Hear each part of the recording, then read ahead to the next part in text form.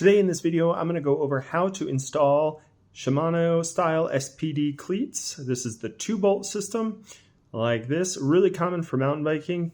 The nice thing about this is it's a much smaller cleat than the road style cleat, which has 3 bolts.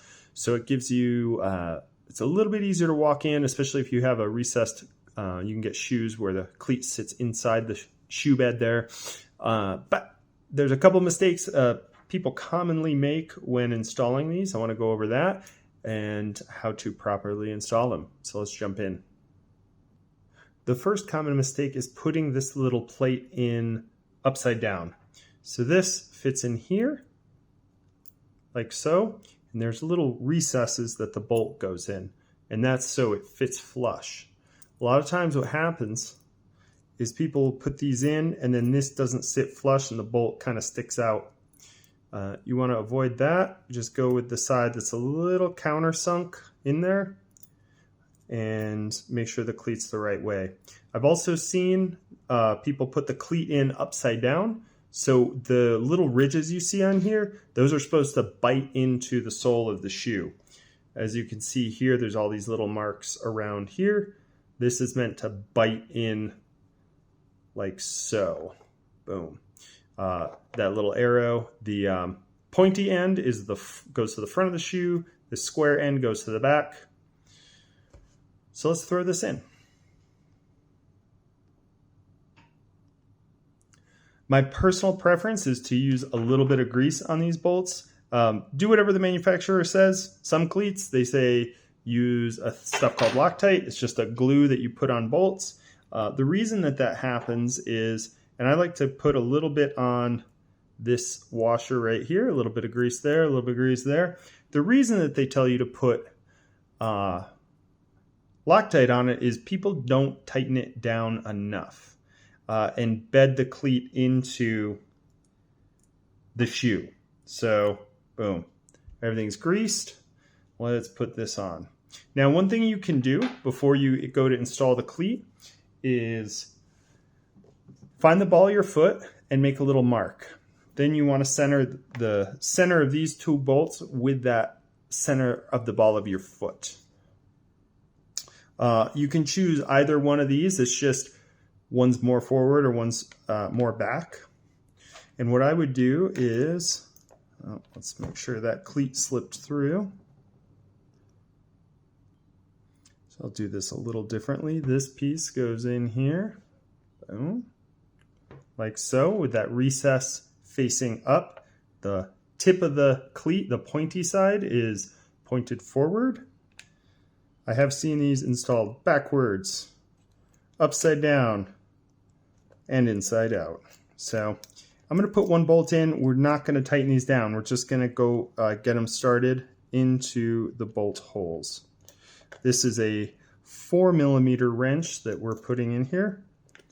Now, before you commit to a spot and tighten this down, if you have a stationary bike, it's nice to hop on it or hop on your bike and lean against like a phone pole or a pillar and make sure the cleats, pedal backwards and make sure the cleats feel like they are in the right spot.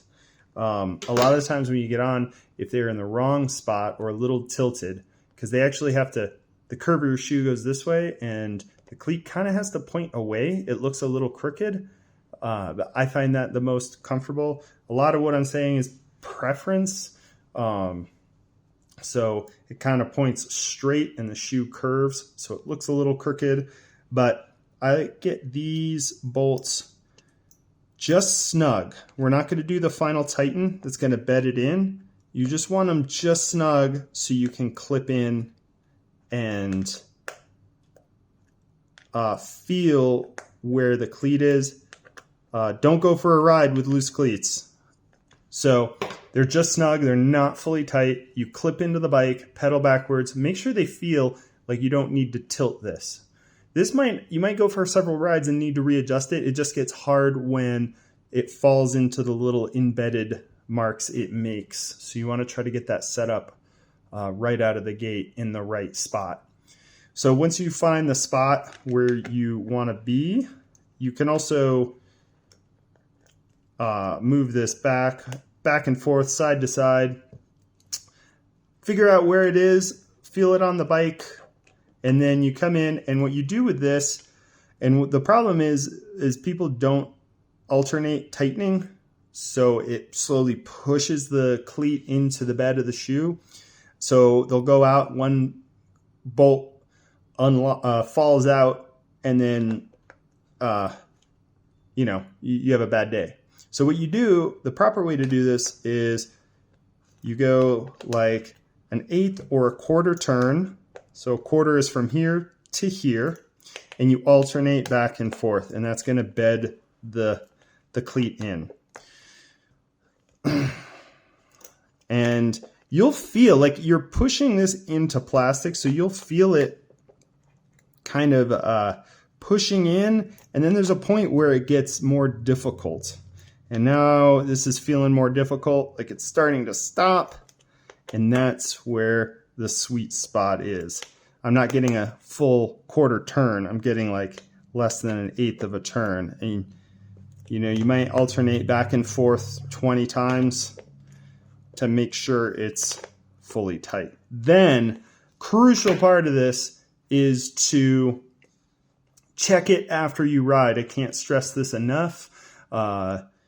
Once you get it positioned and set and tight, check it at least 3 times to make sure this doesn't loosen up. Once you do that, you're usually good to go.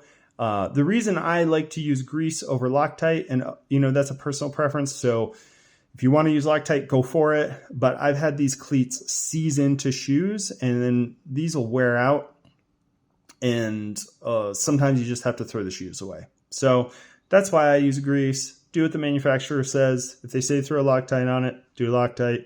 But that's how I do it. I've never had one come loose, and the crucial thing is alternate tightening and then check it at least 3 times after your first ride.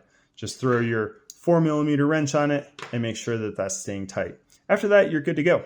If this was helpful, subscribe, and we'll see you next time.